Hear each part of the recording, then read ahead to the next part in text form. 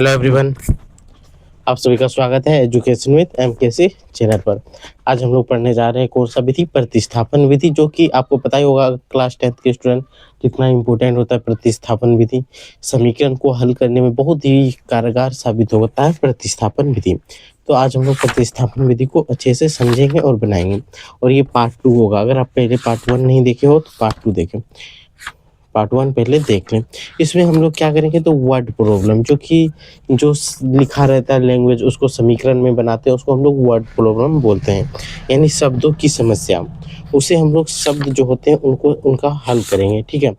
तो चलिए, अगर पसंद आ जाए तो लाइक और सब्सक्राइब जरूर करना है।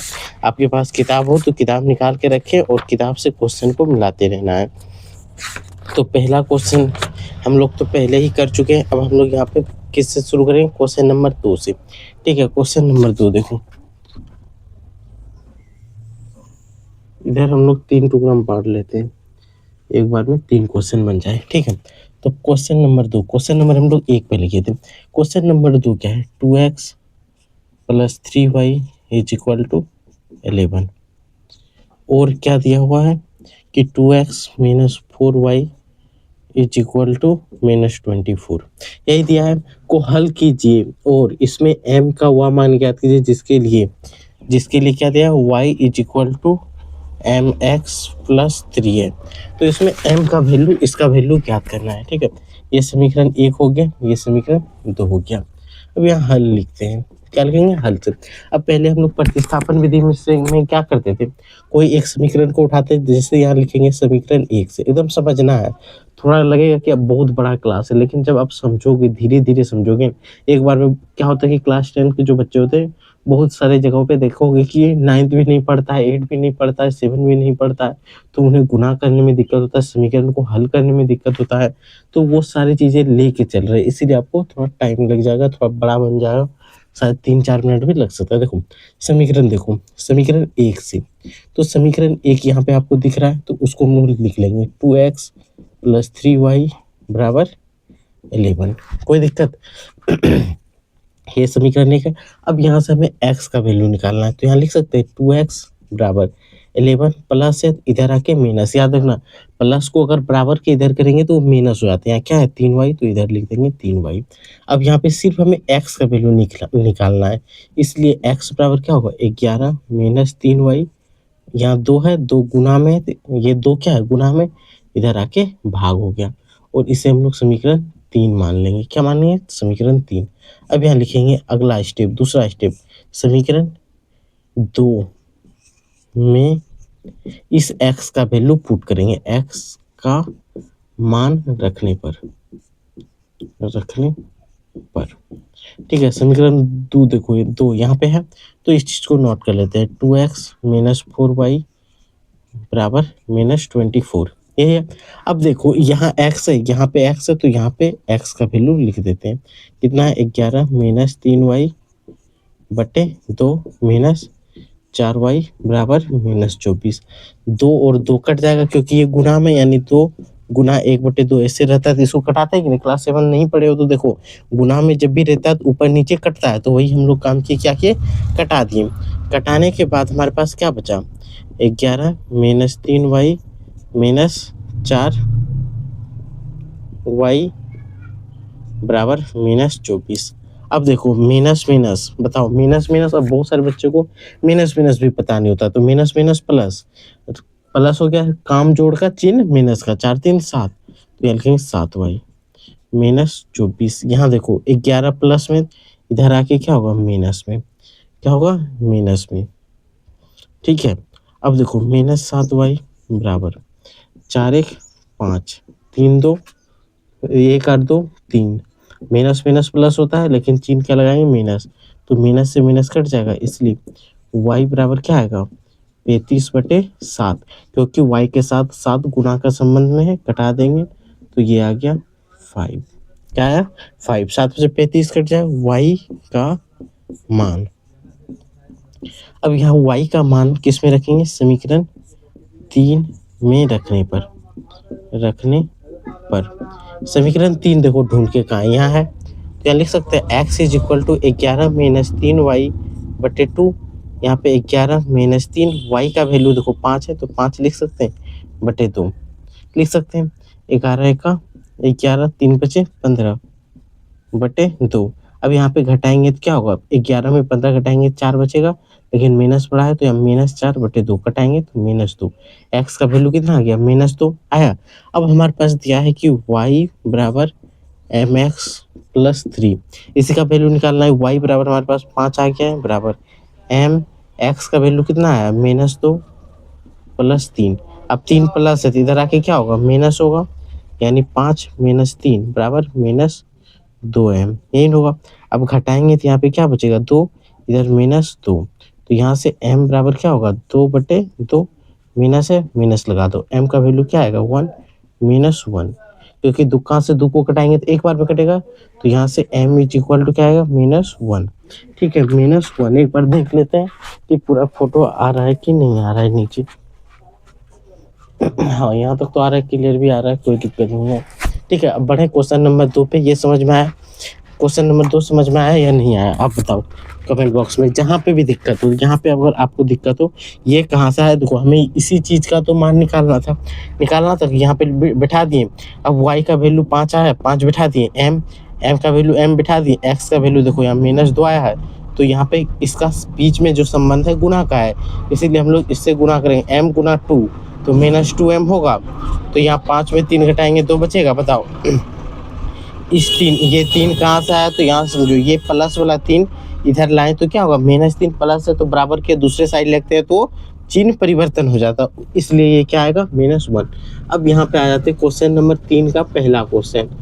ठीक है, क्वेश्चन नंबर 3 का पहला क्वेश्चन क्या है, वर्ड प्रॉब्लम। यहाँ पे देखो, निम्नलिखित समस्या में रैखिक समीकरण युग्म बनाएं और उनको हल प्रतिस्थापन विधि द्वारा करें। ठीक है, तो प्रश्न क्या है, तो एकदम ध्यान से सुनना। दो संख्याओं का अंतर 26 है, तो यहाँ पे लिखेंगे माना एक संख्या को x मान लेंगे और दूसरा संख्या माना, एकदम यहाँ देखो, पहले तो मान लेना है, दूसरा संख्या बराबर y है। अब प्रश्न से क्या बोला, दो संख्याओं का अंतर मतलब घटा, यानी x माइनस y को जब घटाएंगे तो उसका अंतर 26 आता है। ये समीकरण 1 हो गया। अब दूसरी स्थिति में क्या होगा, देखो दूसरी स्थिति में बोल रहा है कि एक संख्या दूसरी संख्या से 3 गुनी है। अगर एक संख्या x है तो दूसरी संख्या क्या है, 3y है, क्योंकि एक संख्या दूसरी संख्या से 3 गुनी है। इसे समीकरण 2 मान ले। हाँ बोलोगे हाँ क्यों नहीं। अब देखो, अब यहाँ से हल करते हैं। अब यहाँ से लिख सकते हैं x बराबर 3y है। अब यहाँ लिख सकते हैं x का मान किसमें रखेंगे, समीकरण 1 में रख दें। समीकरण 1 में रखने पर एक कहाँ है, ढूंढ के बताओ आप। समीकरण 1 यहाँ है, x minus y is equal to 26। अब x का वैल्यू क्या है, 3y, तो यहाँ बैठा सकते 3y माइनस 2 बराबर 26 होगा। अब 3y में एक y घटा दो, 2y बराबर 26, इसलिए y बराबर क्या होगा, 26। ये 2 गुना में है तो यहाँ बटे भाग में हो जाएगा, जैसे ही कटाएंगे 13, तो y बराबर 13 आ गया। अब यहाँ लिख सकते हैं y का मान समीकरण 2 में रखने पर समीकरण 2 क्या है, x बराबर 3y है, तो x बराबर 3 और y का वैल्यू 13 आया, 13, तो ये क्या आ गया 39। तो यहाँ से हमारे पास y का वैल्यू 13 और x का वैल्यू 39 आ गया। आया, सिंपल है, समझ में आया। तो ये बताओ, समझ में आ गया होगा। ये दिक्कत हुआ कहीं पे, जैसे क्वेश्चन में बोलेगा वैसे ही हमें करना है। ठीक है, क्वेश्चन में जो बोल देगा वही करना है, उससे ज़्यादा हमें कुछ नहीं करना है। पूरा क्लियर समझ में आ रहा है। अगर कोई भी डाउट हो तो टेलीग्राम पे जरूर ज्वाइन कर ले, टेलीग्राम पे आपको बता देना है। ठीक है, अब बढ़ते हैं हम लोग क्वेश्चन नंबर 3 का दूसरा पे। एकदम समझ के बनाना है, ऐसे हड़बड़ी नहीं करना है, थोड़ा टाइम लगेगा लेकिन एक भी क्वेश्चन नहीं छूटेगा और सारा आपको याद भी होते जाएगा और समझ भी आते जाएगा। ठीक है, अगला क्वेश्चन देखो, दो संपूरक कोण में बड़ा कोण छोटा कोण से 18 डिग्री अधिक है। दो संपूरक कोण, देखो दो कोण है जिसमें एक बड़ा कोण है एक छोटा कोण है, तो यहाँ लिख सकते हैं माना बड़ा कोण x मान लेते हैं, माना छोटा कोण बराबर y मान लेते हैं। अब यहाँ से लिखते हैं प्रश्न से प्रथम स्थिति, ये प्रथम स्थिति मतलब सिचुएशन, पहली स्थिति में क्या होगा बताओ आप, पहला स्थिति में क्या हो सकता है। देखो पहला स्थिति में बोला गया है कि x और y एक संपूरक कोण है। संपूरक कोण का मतलब क्या होता है 180 डिग्री, यानी x और y को जब जोड़ेंगे तो उसका वैल्यू क्या आएगा 180 डिग्री। ये हो गया समीकरण 1। दूसरा स्थिति, दूसरी स्थिति में क्या बोला गया कि जो बड़ा कोण है वो छोटे कोण से 18 डिग्री ज़्यादा बड़ा है, यही बोला गया। देखो दो संपूरक कोण में से बड़ा कोण छोटे कोण से 18 डिग्री बड़ा है, तो यानी कि छोटा कोण क्या है y है कि नहीं, तो y जो है वो बड़ा कोण x + 18 है कि नहीं। अब हम लोग अगर इसको हम लोग इधर कर दें तो y - x = 18 लिख सकते हैं, बोलो लिखाएगा या नहीं लिखाएगा, ये लिख सकते हैं। या क्या बोला गया कि 18 ये बराबर, सॉरी ऐसे नहीं लिखेंगे, इसको कैसे लिखेंगे, 18 डिग्री बड़ा है यानी कि x जो है उसमें y में 18 जोड़ने के बाद ये बराबर होगा, क्योंकि ये क्या है बड़ा है, बड़ा 18 अधिक है तो 18 जोड़ेंगे तभी तो बराबर होगा। अब x है, अब प्लस इधर y प्लस में इधर करेंगे तो माइनस होगा बराबर 18। इसको हम लोग समीकरण 2 लिख दें। अब यहाँ से लिखते हैं, अब समीकरण 1 से, समीकरण 1 क्या है x + y बराबर 180 डिग्री, यही है। तो यहाँ से हमारे पास सिंपल x बराबर क्या आएगा 180 - y होगा, क्योंकि प्लस है तो इधर आके माइनस होगा। इसे हम लोग समीकरण 3 मानते हैं प्रतिस्थापन विधि में। तो यहाँ पे लिख सकते हैं x का मान समीकरण 2 में रखने पर, कहीं पे लिखेगा विस्थापित करने पर, कहीं पे प्रतिस्थापित करने पर, तो हम लोग रखने पर ये भी लिख सकते हैं या प्रतिस्थापित करने पर। अब देखो समीकरण 2 ढूंढ लो, यहाँ है x - y = 18, तो x का वैल्यू कितना है 180 - y, इधर से भी -y बराबर 18। अब देखो माइनस माइनस प्लस यानी 2y, क्योंकि जोड़ तो होगा लेकिन चिन्ह माइनस का लगेगा। 18 डिग्री इधर 180 है तो इधर आके क्या होगा -180, ठीक है। यहाँ से -2y बराबर 180 में 18 घटाओ कितना बचेगा 62 बचेगा, 162, ये भी माइनस में, तो माइनस से माइनस कट जाएगा, तो y बराबर क्या होगा 162/2, 2 से कटाएंगे तो 8 दूना 16, 2 81, तो कितना है 81। अब यहाँ लिख सकते हैं y का मान, अब हम लोग कहाँ पे रखेंगे समीकरण 3 में, समीकरण 3 में रखने पर समीकरण 3 देखो कहाँ है, समीकरण 3 कहाँ चला गया, यहाँ पे है, तो लिख सकते हैं x बराबर 180 - y, x बराबर है 180 - y का वैल्यू कितना है 81, तो 81, तो x बराबर कितना होगा 81 घटा देंगे तो 99 बचेगा कि नहीं, 9 1 10 के 0, 9 8 17 1 18, 99, तो x का वैल्यू 99 और y का वैल्यू 81, y = 81 और x = 90, यही तो इसका आंसर आएगा कि नहीं बताओ। x और y का ही वैल्यू ज्ञात करना है। एक बार इसको पूरा आप नोट कर लें, तब तक हम लोग इस साइड का क्वेश्चन नंबर 2 को मिटाते हैं, ठीक है। क्वेश्चन नंबर 2 को मिटाते हैं और इसको हम लोग यहाँ पे तीसरा स्टार्ट करेंगे। तो यहाँ देखो 1 2, अब हो गया तीसरा, 3 का तीसरा क्या बोल रहा है क्वेश्चन, यहाँ ध्यान से पढ़ना। एक क्रिकेट टीम के कोच ने 7 बल्ले और 6 गेंद 3800 रुपये में खरीदा। तो यहाँ लिखते हैं माना, यहाँ गेंद और बल्ला खरीद रहा है, तो गेंद बल्ला और गेंद, माना बल्ला की संख्या x की संख्या बल्ला की कीमत लिखते हैं। क्या दिया है? रुपया में दिया है ना कोच ने, साथ में ले इतना रुपया। हाँ, की कीमत, कीमत क्या है? एक्स है। माना गेंद की कीमत, यहाँ पे एक लिख देते हैं। माना एक, यहाँ भी एक। माना एक बल्ला का कीमत एक्स है, माना एक गेंद की कीमत वाई है। अब प्रश्न से दो स्थिति होगा। प्रथम स्थिति,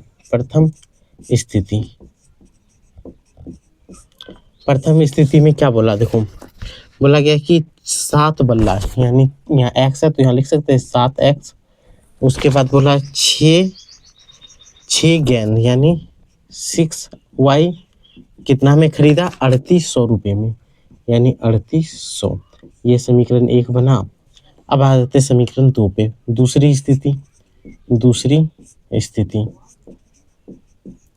दूसरी स्थिति में क्या बोल रहा है? देखो, सुनना है ध्यान से कि क्या चला गया। उसने 3 बल्ले और 5 गेंद खरीदा। 3 बल्ले और 5 गेंद खरीदा। कितना में खरीदा? तो देखो यहाँ पे दिया है 1750। 1750 में ये समीकरण तो हुआ। अब तो इसी को हल करना है। अगर आपको प्रतिस्थापन विधि आ रहा है तो आराम से हल कर लोगे। ठीक है, इसको यहाँ पे छोड़ दें या हल कर दें? तो देखो हल ही कर देते हैं। ठीक है, अब यहाँ देखो समीकरण 1 से, यहाँ से लिख देते हैं हल क्या? हल तो पूरा हो रहा है। अब यहाँ लिख देते हैं नाउ समीकरण 1 से। समीकरण 1 क्या है? 7x प्लस 6y बराबर 3800। तो यहाँ पे क्या होगा? 7x बराबर 3800 माइनस 6y। अब देखो प्लस से करेंगे तो माइनस, इसलिए x बराबर क्या होगा? 3800 माइनस 6y बटे 7, क्योंकि ये गुना है तो इधर आके भाग। इसे समीकरण 3 मानते हैं। अब यहाँ लिख सकते हैं x का मान समीकरण किस में रखें? 2 में रखने पर समीकरण 2 देखो यहाँ पे है क्या है? 3x प्लस 5y बराबर 1750। यही है, यहाँ 3 लिख देते हैं। x का वैल्यू कितना है? 3800 माइनस 6y बटे 7, 5y बराबर 1750। तो ये तो नहीं कटेगा बताओ, नहीं कटेगा। तो सिंपल यहाँ से गुना अगर करते हैं तो यहाँ क्या होगा? 0 8 3 24, 3 3 9 और 2 11 माइनस 18y प्लस 5y, यहाँ पे तो 7 है बराबर 1750। सिंपल है। अब देखो यहाँ कुछ नहीं है तो पहले तो भिन्न वाला जोड़ करेंगे। तो भिन्न वाला जैसे ही जोड़ करेंगे तो 11400 माइनस 18y होगा कि नहीं? इसका एलसीएम पूरा क्या होगा? 7। यहाँ प्लस 7 बचे 35y बराबर 1750। यही हो। अब ये तो इससे गुना हो जाएगा तो गुना कर दो। 11400 माइनस, यहाँ पे देखो प्लस माइनस 35 में 18 घटाएंगे तो कितना बचेगा? 17 बचेगा ना। 17 प्लस में बचेगा y बराबर, यहाँ से इसको गुना करेंगे 0, 7 बचे 35 के 5, हाथ बचेगा 3, 7 7 49, 49 7 3 52, 52 के 2, हाथ बचेगा 5, 7 का 7 5 12, इतना रुपये। अब यहाँ से इसको मिटाते हैं, थोड़ा ज़्यादा नीचे हो जाएगा। ठीक है, इसको मिटा लेते हैं। आप अगर नोट नहीं किए हो तो नोट कर लें। ठीक है, नोट नहीं करोगे तो फिर दिक्कत हो जाएगा, थोड़ा सा गुना भाग ज़्यादा हो रहा है। ठीक है, तो यहाँ से अब इसको करेंगे तो यहाँ से 17y इज इक्वल टू क्या होगा? 12 इतना माइनस, इसको इधर कर देंगे तो माइनस हो जाएगा 11400। ठीक है, अब घटा दो 17y बराबर, घटाएंगे 0 में घटाएंगे 0 में 5 घटाएंगे तो 5, यहाँ बचा 2 तो 1 बचा देंगे 12, 12 में 4 घटाएंगे तो 8, यहाँ कितना बचा 1 में 1 घटाएंगे तो 0, यहाँ भी 1 0, यानी यही हुआ। तो y इज इक्वल टू क्या? 850 बटे 17, 17 बचे 85, यानी 50 क्या है? 50 रुपये। ठीक है, अब y का वैल्यू, y का मान इसमें रखेंगे समीकरण 3 में। मान समीकरण 3 में रखने पर समीकरण 3 फट से ढूंढ लो कहाँ पे है? यहाँ पे क्या है? x बराबर 3800 माइनस 6y बराबर 7। अब देखो x बराबर 3800 तो 3800 लिख देंगे, माइनस 6, y का वैल्यू 50 आया तो इसको 50 से गुना कर दो बटे 7। एकदम सारा स्टेप करके दिखाएं, नहीं तो डायरेक्ट हम 300 लिख सकते हैं। 3800 मेन 6×5 = 30, 300 बार में कटेगा, 300 होगा कि नहीं, बटे 7। यहाँ जैसे ही कटाएंगे तो क्या होगा बताओ, 3500 बचेगा, बटे 7 कटाओ, 7 बचे 35, 5 2 जीरो है 500, 7 बचे 35, 2 500 ही होगा ना, ठीक है। तो यहाँ पे x का वैल्यू कितना आया 500 और y का वैल्यू 50, तो यही तो हो गया इसका आंसर। कोई दिक्कत समझने में बताओ, कोई दिक्कत कहीं पे भी हो कमेंट करके पूछ सकते हो। ये हो गया 3। अब बढ़ते हैं क्वेश्चन नंबर 4। आज हम लोग यहीं तक रखते हैं, बल्ले तक, और बल्ले और गेंद का आपको आंसर पता है, x = 500 rupees and y = 50 rupees, ठीक है। नेक्स्ट वीडियो में फिर हम लोग पार्ट 2 में सारे इस चैप्टर को कंप्लीट ही कर देंगे, ठीक है। तब तक आप लाइक और सब्सक्राइब जरूर करें और दोस्तों तक शेयर जरूर करें, और जो भी डाउट हो कमेंट बॉक्स में जरूर बताएं, और टेलीग्राम ज्वाइन कर लें, वहाँ आपका सोल्यूशन पहुँच जाएगा समय पर, ठीक है। बस इतना ही, क्वेश्चन नंबर 3 तक हो चुका है। अब हम लोग जो भी बचा है उसे नेक्स्ट वीडियो में करेंगे, ताकि बड़ा वीडियो ना बने और आपको बोरिंग भी ना लगे। बस इतना ही, आप इतना टाइम दे रहे हो इसके लिए आपको थैंक यू सो मच।